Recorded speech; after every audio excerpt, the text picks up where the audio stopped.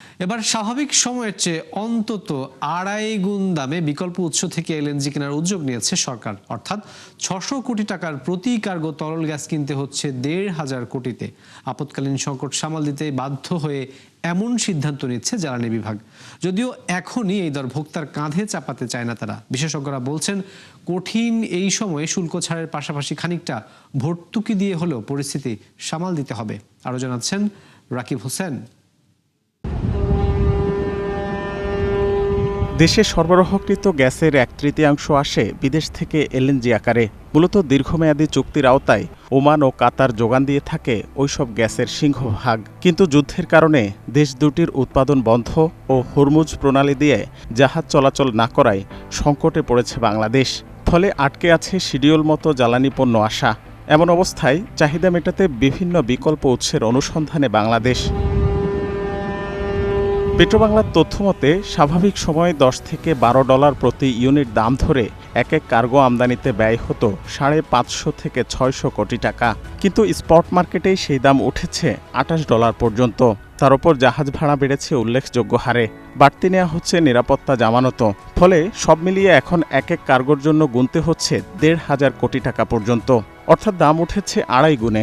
বিশ্লেষকরা মনে করছেন, ভর্তুকি দিয়ে হলেও জরুরি ভিত্তিতে আমদানি করতে হবে এসব জ্বালানি।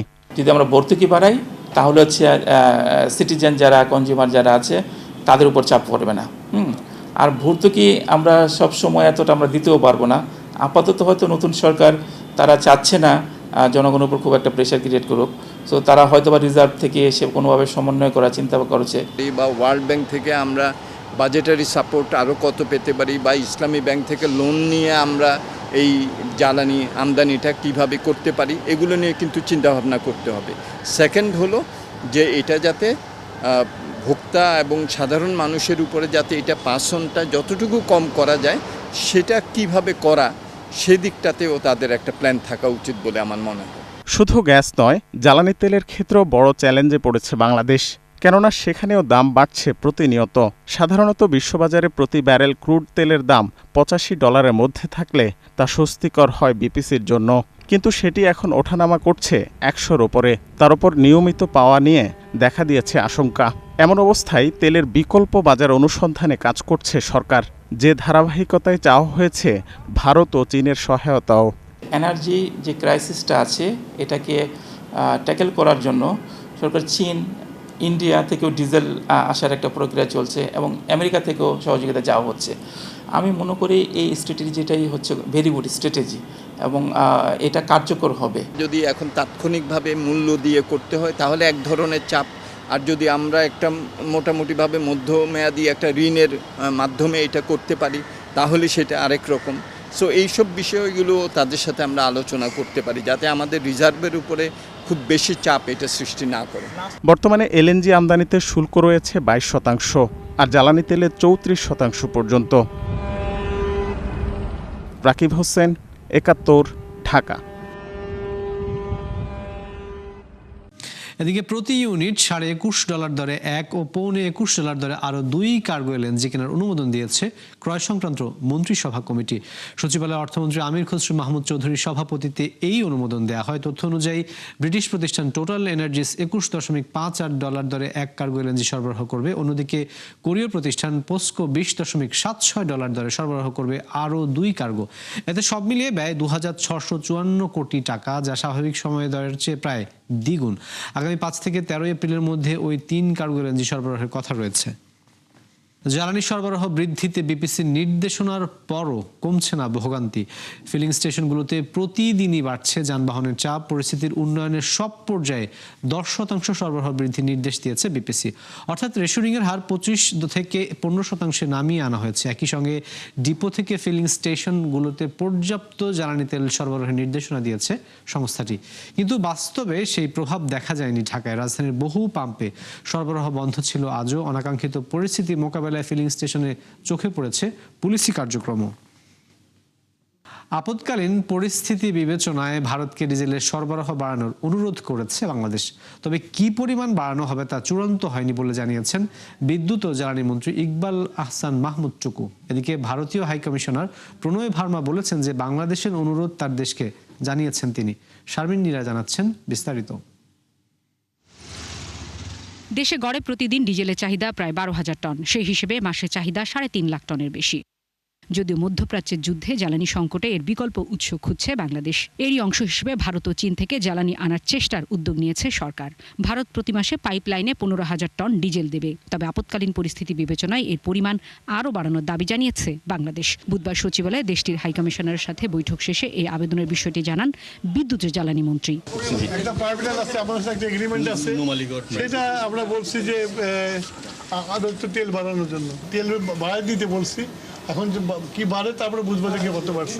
এ সময় ভারতীয় হাইকমিশনার জানান জ্বালানি সরবরাহ বাড়ানোর বাংলাদেশের অনুরোধ তার সরকারকে জানাবেন তিনি।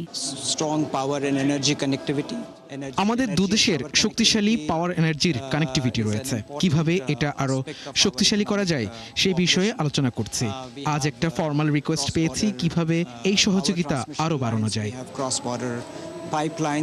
তিনি জানান বাংলাদেশের সাথে বিনিয়োগ সহ অন্যান্য সম্পর্ক এগিয়ে নিতে চায় ভারত।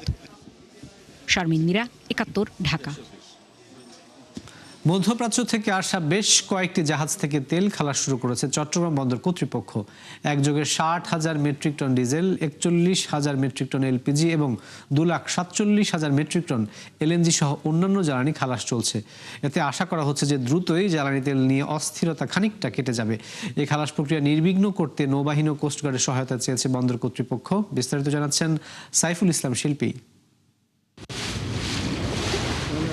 স্বস্তির খবর দিচ্ছে চট্টগ্রাম বন্দর কর্তৃপক্ষ। দুটি জাহাজ থেকে প্রায় 41,500 মেট্রিক টন এলপিজি খালাস হচ্ছে। এছাড়া আরও দুটি জাহাজ থেকে প্রায় 1,26,000 মেট্রিক টন এলএনজি খালাস চলছে। আমাদের সংশ্লিষ্ট পরীক্ষণ এবং অ্যাসেসমেন্ট গ্রুপকে নির্দেশনা দেওয়া হয়েছে জাহাজ বার্থিংয়ের সঙ্গে সঙ্গে যাতে ডকুমেন্ট সাবমিশনের পরেই যাতে দ্রুততম সময়ের মধ্যে এটি যাতে খালাস করা হয়, যাতে কোনো ধরনের কোনো ডেভিয়েশন না হয়। চট্টগ্রামের পতেঙ্গা উপকূলের ডলফিন জেটিতে সিঙ্গাপুর থেকে আসা জাহাজ লিয়ানহু থেকে খালাস হচ্ছে 30,000 মেট্রিক টন ডিজেল। পাশের জেটিতে 27,204 মেট্রিক টন ডিজেল খালাস করছে এমটি শিউচি নামের আরেকটি জাহাজ। বন্দর কর্তৃপক্ষ জানায় জ্বালানিবাহী জাহাজগুলো নিয়মিত বন্দরে আসতে শুরু করেছে। ফলে দেশে জ্বালানি অনিশ্চয়তা দূর হবে বলে আশ্বস্ত করা হয়। এই মুহূর্তে দেশের চলমান পরিস্থিতিতে এই জ্বালানি সরবরাহটাকে নিরবিচ্ছিন্ন রাখার জন্য বন্দর কর্তৃপক্ষ এই ধরনের জ্বালানিবাহী জাহাজগুলোকে দ্রুত বাংকারিং দিয়ে পণ্যের সরবরাহটাকে নিশ্চিত করার জন্য প্রয়োজনীয় ব্যবস্থা নিচ্ছে এবং আমাদের সংশ্লিষ্ট যে স্টেক হোল্ডাররা আছেন তাদেরকেও এই বিষয়ে জানানো হয়েছে যাতে এই পুরো বিষয়টাকে সাপ্লাই চেইনটা নিরবিচ্ছিন্নভাবে কাজ করে এবং কোনো জায়গায় কোনো বাধা সৃষ্টি না হয়। আগামী বৃহস্পতিবার থেকে শনিবারের মধ্যে প্রতিটিতে 30,000 মেট্রিক টনের বেশি ডিজেল বোঝায় আরও অন্তত 3টি জাহাজ আসবে। আগামীতে জ্বালানি নিরাপত্তা নিশ্চিতে মজুদ সক্ষমতা বাড়ানোর তাগিদ দিয়েছেন বিশেষজ্ঞরা। ইস্টার্ন রিফাইনারিতেও বেশ কিছু জায়গা আছে, কুতুবদিয়াতে জায়গা আছে, সেখানেও নতুন নতুন ট্যাঙ্ক করা যায়। এগুলোর মাধ্যমে বর্তমানে এবং ভবিষ্যতেও আমরা জ্বালানির যেটা আমরা ক্রাইসিস হবে সম্ভাব্য, এগুলো আমরা মোকাবেলা করতে পারবো। চট্টগ্রাম বন্দরে 40,000 মেট্রিক টন ফার্নেস ওয়েল খালাসের অপেক্ষায় 2টি ওয়েল ট্যাঙ্কার ও ক্রুড ওয়েলবাহী 2টি জাহাজ। পিন্টু হাজং, 71। এবার ঈদ আনন্দ উদযাপনে বাদ সাধল কেন্দ্রীয় ব্যাংক। কেননা প্রতিবার রীতি মেনে নতুন টাকা বাজারে ছাড়া হলেও এবার সেখান থেকে সরে এসেছে নিয়ন্ত্রক সংস্থাটি। মুখপাত্র বলছেন যে চাহিদার তুলনায় কম ছাপানো এবার এমন সিদ্ধান্ত নেওয়া হয়েছে। এদিকে কেন্দ্রীয় ব্যাংকের এমন অবস্থানে রমরমা বাইরে নতুন টাকার বাণিজ্য, যেখানে 1.5 গুণ পর্যন্ত বাড়তি দামে বিক্রি হচ্ছে এক একটা বান্ডিল। আরও জানাচ্ছেন মেজবা হাসান। পথের ধারে কড়কড়ে নতুন টাকার এই বাণিজ্য চলে আসছে বহু বছর ধরে। রাজধানীর গুলিস্তানে সারা বছর কম বেশি ব্যস্ততা থাকলেও উৎসবের আগে তা বেড়ে যায় কয়েক গুণ। আর এবার কেন্দ্রীয় ব্যাংক থেকে নতুন টাকা না ছাড়ার ঘোষণায় ব্যবসা চাঙ্গা আগের যে কোনো সময়ের চেয়ে। ইচ্ছালামি হিসাবে নতুন টাকা দেওয়ার রেওয়াজ এখন চিরায়িত উৎসবেরই অংশ। তাই তো যে কোনো উপায়ে তার সংগ্রহের চেষ্টা থাকে সবারই। যেমন বেসরকারি চাকরিজীবী মানসুরা হোসাইন বেশ চড়া দামে কিনলেন নতুন টাকা, যা বাড়িয়ে দিয়েছে তার অনাকাঙ্ক্ষিত ব্যয়। ঈদের জন্য একটা খুশি, নতুন টাকা পেলে বাচ্চারা খুশি হয়। ঝামেলা হয়, এক্সট্রা অনেক টাকা দিতে হয়, কিছু করার নাই আসলে। সোহরাব মনিরও কয়েকটি ব্যাংক ঘুরে নতুন টাকা না পেয়ে নিরুপায় হয়ে কিনলেন বাইরে থেকেই। শখ হলো তাই নিলাম। এখন বাংলাদেশ ব্যাংক দেবে কি না দেবে বা কি করবে না করবে, ব্যাংকে টাকা পাওয়া যায় না, কিন্তু এখানে ঠিকই টাকা পাওয়া যায়। টাকা আমাদের অ্যাভেলেবেল নাই, দেওয়া যাবে না, সেই জন্য আমি এখানে এসে নিয়ে গেলাম। সোনালী ব্যাংকে গেলাম, ওইখানেও নাই, এই জন্য এখান থেকে এসে নেওয়া লাগলো আর কি, কারণ ঈদ সালামি তো দেওয়াই লাগবে। প্রতি বছর নতুন টাকার বড় অংশই ব্যাংক থেকে সংগ্রহ করেন গ্রাহকরা, কিন্তু এবার সে পথ পুরোপুরি বন্ধ হওয়ায় নির্ভরতা বেড়েছে বাইরের ফড়িয়া ও মৌসুমি ব্যবসায়ীদের উপর। ফলে ইচ্ছামতো দাম নিতেও ছাড়ছেন না তারা। যেমন 2 টাকার এক একটি বান্ডেল কিনতে হচ্ছে দ্বিগুণ দামে, আর 10 টাকার এক একটি বান্ডেল দাম উঠেছে 1,500-এ। একই সাথে 500 টাকা পর্যন্ত গুনতে হচ্ছে 50, 100, 200 কিংবা 500 টাকার বান্ডেলে। যদিও এত বেশি দাম নেওয়ার কোনো যৌক্তিক কারণ নেই বিক্রেতাদের কাছে। এটা কত টাকা কিনি এটা আপনারও জানার দরকার নাই, কারো জানার দরকার নাই। আমি কিনি, আমি জানি, আমি বেশি। না, আমাদের টাকা সংকট নাই, আমাদের টাকা সারা বছর এটা কালেকশন করে, তো ওই ঈদের আশা, ঈদ উপলক্ষে সারা বছরই টাকা কালেকশন করে। এদিকে ব্যাংক থেকে সরবরাহ বন্ধ থাকলেও কিভাবে নতুন টাকার সয়লাভ গুলিস্তান কিংবা ব্যাংক চত্বরে, সেই ব্যাখ্যা নেই স্বয়ং মুখপাত্রের কাছে। এছাড়া সাধারণ মানুষকে বঞ্চিত করে কর্মকর্তাদের দেওয়ার সিদ্ধান্ত কতটা যৌক্তিক দিতে পারেননি সেটারও সন্তোষজনক জবাব। এগুলি যে একদম মোটা তাকে বৈষম্য সৃষ্টি করছে তা না। আর যেহেতু বাংলাদেশ ব্যাংক আমরা সব ব্যাংকেরকেই নতুন নোট দিচ্ছি, অর্থাৎ তাদের মাধ্যমেই জনগণের কাছে টাকা পৌঁছে যাবে, এটাই স্বাভাবিক। জনগণ বঞ্চিত হচ্ছে এটা আমরা মানতে পারছি না। ব্যাংকের কাছ থেকে যদি বাজারে চলে আসে, এইভাবে নতুন পণ্য হিসেবে চলে আসে, সেটা দেখার দায়িত্ব আমাদের না। এবার ঈদের সর্বোচ্চ 1,83,000 টাকার নতুন নোট পাচ্ছেন কেন্দ্রীয় ব্যাংকের কর্মকর্তারা। মিসবাহ হাসান, 71, ঢাকা। চলতি অর্থবছরের প্রথম 8 মাসে ইউরোপে $1,268 কোটি পোশাক রপ্তানি হয়েছে, যা গেল অর্থবছরের একই সময়ের চেয়ে 74 কোটি বা 5.5% কম। এর মধ্যে সবচেয়ে বেশি রপ্তানি হারিয়েছে নিট পোশাক। রপ্তানি উন্নয়ন ব্যুরোর তথ্য মতে যে আরও বড় হারে রপ্তানি কমছে অপ্রচলিত বাজারে। অর্থবছরের 8 মাসে যা প্রায় 6.5% বা $28 কোটি, সেখানেও রপ্তানি কমার হার বেশি নিট পোশাকে। একই সময় রপ্তানি কমেছে একক পণ্য বড় বাজার যুক্তরাষ্ট্রেও, যা 1% কম হলেও অর্থের বিচারে $4 কোটি। বর্তমানে দেশের তৈরি পোশাকের 49% ইউরোপে, 19% যুক্তরাষ্ট্র আর 16% যাচ্ছে জাপান, অস্ট্রেলিয়া, চীন সহ বিভিন্ন দেশে। উল্লেখ্য, অর্থবছরের 8 মাসে মোট প্রায় $26 বিলিয়ন পোশাক রপ্তানি হয়েছে। সামরিক সহায়তা কিংবা অস্ত্র কেনার অনুমোদন সব ক্ষেত্রে আরব দেশগুলোর থেকে ইসরায়েলকে প্রাধান্য দেয় যুক্তরাষ্ট্র। যেখানে তেল আবিবের সাথে সম্পর্ক কাঠামোগত দীর্ঘমেয়াদী, সেখানে মধ্যপ্রাচ্যের সাথে নানা শর্তযুক্ত বাণিজ্য ভিত্তিক। ফলে অসন্তোষ দানা বাঁধছে আরবদের মনে। নুসরত নবী জানাচ্ছেন বিস্তারিত। মধ্যপ্রাচ্যের দেশগুলোর নিরাপত্তার চেয়ে ইসরায়েলের প্রতিরক্ষা বেশি গুরুত্বপূর্ণ মার্কিন প্রেসিডেন্ট ডোনাল্ড ট্রাম্পের কাছে। অন্তত ইরান যুদ্ধের পর এমনটাই মনে করছে উপসাগরীয় আরব দেশগুলো। তাদের অভিযোগ, সামরিক সহায়তা ও অস্ত্র সরবরাহেও ইসরায়েলকে অগ্রাধিকার দেয় যুক্তরাষ্ট্র। বিশ্লেষকদের মতে অস্ত্র সরবরাহে ইসরায়েল ও উপসাগরীয় অন্য মিত্রদের ক্ষেত্রে আলাদা নীতি অনুসরণ করে যুক্তরাষ্ট্র, যেখানে প্রতি বছর প্রায় $3 বিলিয়ন অনুদানের পাশাপাশি যুক্তরাষ্ট্রের অত্যাধুনিক প্রযুক্তির অস্ত্র ব্যবহারের সুযোগ পায় ইসরায়েল। সেখানে নানা শর্তযুক্ত চুক্তির মাধ্যমে মার্কিন অস্ত্র কিনতে হয় আরব দেশগুলোকে।